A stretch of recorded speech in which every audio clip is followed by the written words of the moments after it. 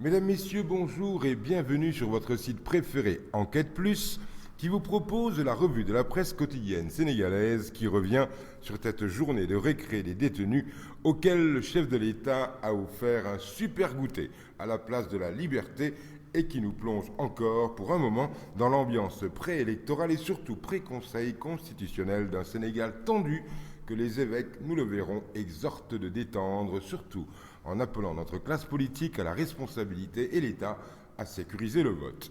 La une du quotidien ouvre sur la journée sans femmes en prison et titre « Le président libère les prisonnières sans l'autorisation des juges ». Ouad commet un outrage à magistrat. Le quotidien qui écrit qu'il a déclenché la colère des magistrats et que sa décision d'instituer la journée sans femmes fait des vagues au sein de la magistrature. En effet, nombreux sont les juges d'application des peines qui ont appris que malgré leur refus d'autoriser la sortie des prisonnières des maisons d'arrêt, les autorités ont décidé de passer outre leur décision. 100 juges gâchent la fête de Ouad, titre Libération, qui note que les 10 juges d'instruction de Dakar s'étaient opposés à ces libérations qui, selon eux, relèvent plus dans les faits d'un transfert. Ouad dribble les juges et sort 333 femmes de prison, titre l'Observateur. En fait, note l'Obs, 34 détenus ont été graciés, 2 malades ont été internés à Le Dantec et les 297 restantes ont été acheminées dans 8 sites pour un super réveillon qui a coûté 5 millions en friandises diverses. L'Observateur, qui au-delà de ces détails, parle de la déraison d'État. Sous couvert d'amour échevelé du président pour sa maman, donc pour la femme, se découvre une réserve inquiétante d'irrationalisme au plus haut sommet de l'État. Car, écrit Yassine Fall, il existe une sorte de proportion entre le fait réel et sa traduction fantasmatique. Pourquoi, s'interroge-t-elle dans l'Observateur, qu'au sommet de l'État, Ouad, les choses soient à ce point hystérisées? Le papy président vient, avec l'éjection programmée des seules femmes de prison, donner un spectacle dont le fond intellectuel reste indéchiffrable pour les personnes douées de raison morale et républicaine. Sucré-salé dans le quotidien se tape sur le front d'incrédulité et titre sa chronique « Le n'importe quoi de Ouad » et déroule moqueuse en écrivant que la journée prison sans femmes décrétée par le président Ouad contre la loi et contre la volonté des juges dont il a outrepassé l'autorisation, c'est vraiment du n'importe quoi. À la limite insensée, cette discrimination négative. Les prisonnières ont été sorties hier des maisons d'arrêt pour 24 heures avant de retrouver la prison. C'est ce qu'on appelle sortir Ève pour faire rentrer Hawa. Cette initiative montre à quel point Ouad est maintenant dans une irrationalité inquiétante. Un constat que les M23istes, les Yanamaristes, les Benno-Niassistes, les Benno-Tanoristes, les Jotnaïens, les Fekke-Metiboléistes, les Makki 2012istes ne manqueront peut-être pas de signifier aux 5 juges, ironise le billettiste du quotidien.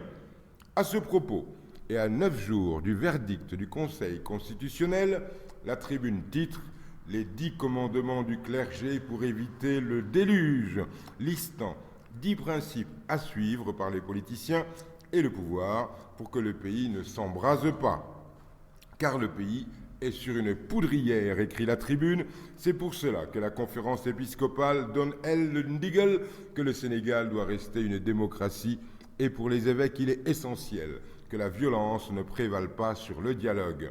Appelant au respect strict de la Constitution, l'AS écrit qu'à cause de la malgouvernance, la corruption, le favoritisme et le laxisme, les évêques mettent dos à dos les régimes socialistes et libéraux, demandant aux candidats d'exclure toute promesse démagogique en direction des populations. Ça va être difficile.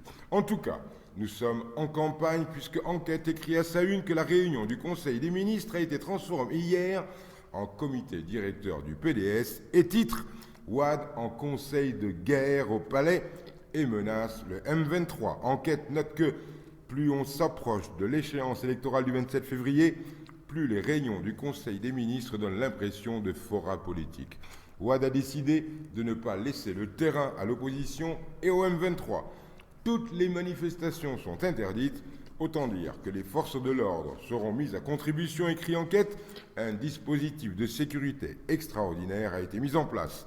Et le pays au quotidien nous en donne la preuve à la une de son journal et titre 23 au 29 janvier de tous les dangers.